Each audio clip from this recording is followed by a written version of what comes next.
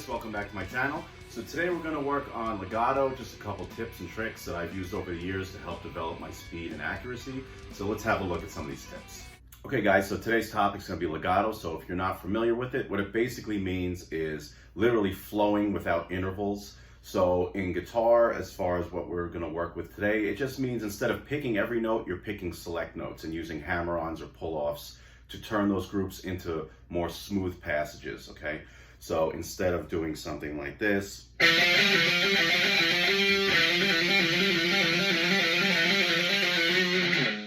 you're not picking every note. It gives a nice, cool, smooth sound to your runs or passages that you're playing. So today we're going to be in E. I'm tuned to E for today. So what I like to do and what I found was most helpful for me, and I stress to anyone that I give lessons to, is not only to just learn the fretboard, learn all the notes and that, but also to work on patterns, because you're going to see familiar patterns as you're playing through scales, as you're learning songs and passages and whatnot. So I like to pick a certain pattern and work with a metronome to get up to speed. And it doesn't, that applies to almost anything that I've worked on in the past, and it also applies to today. So for instance, what we're going to do today is we're going to work on a few of the familiar or common finger positions and patterns that you're going to see in your standard major or natural minor scales. So you're going to see three main ones. The first one I call index, middle, pinky. So if we're going to work on the 12th fret, you're going to be at 12, 13, and 15. Okay. And what you're going to do is you're going to pick 12, hammer on 13 and 15 on the E string. So that's it.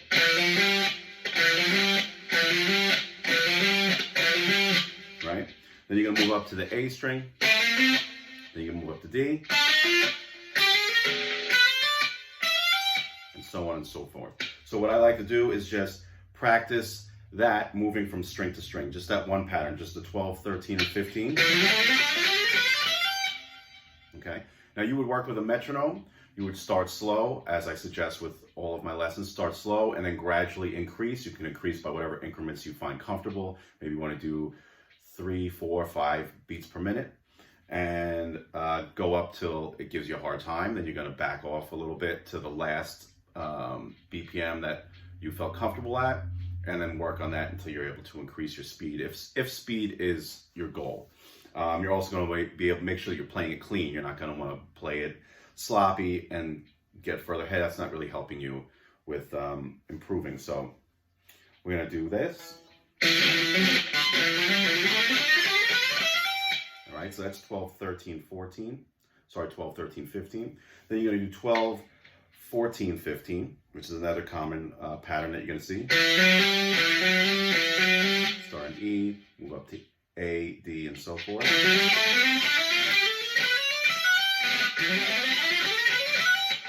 Okay. Now these are all going to be ascending for now. We will do descending. And then you're going to do also 12, 14, and 16.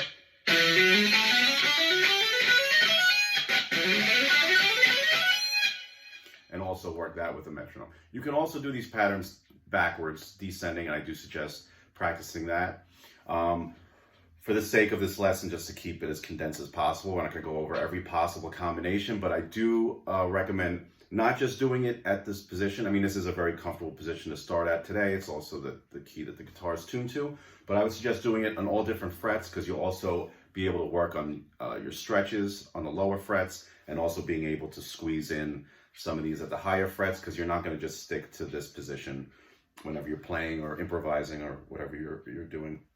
So I would say work on those three patterns to start.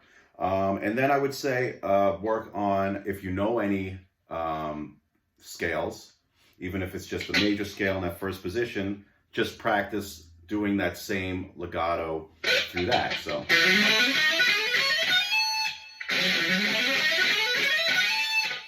just practice switching from position to position. Okay, so again, legato is not staccato where you're picking every note. It's in this case broken up into groups of 3. If you're doing pentatonic stuff, you may do it in 2s.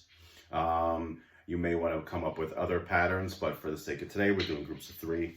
So I would say practice first, pick one of those patterns, either the index middle pinky, index ring pinky, or do the bigger stretch, which is like 12, 14, 16. Just get used to building up that finger strength where you're able to sound all those notes without picking, because it does take a little bit of strength. You're not picking, so you got to be able to make that ring out. And then you can also do groups of 2 if you want, which is also fun to do.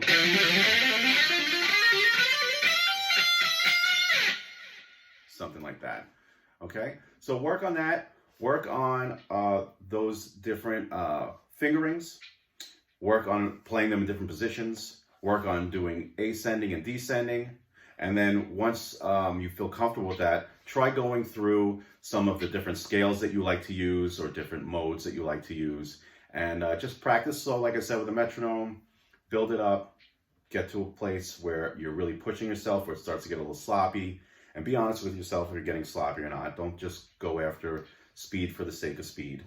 And then again, go down, get to wherever you were comfortable last, work on that a little extra, and then gradually start to build it up. Okay, guys? All right, guys, that's going to be it for this week's lesson. I hope you're able to find some of these exercises helpful for you. Don't forget to like and subscribe if you like today's lesson and you want to see more of it. If you have any suggestions for future lessons, don't forget to leave a comment below and let me know what you'd like to see in the future. I hope you guys have a great weekend, and I'll see you next week.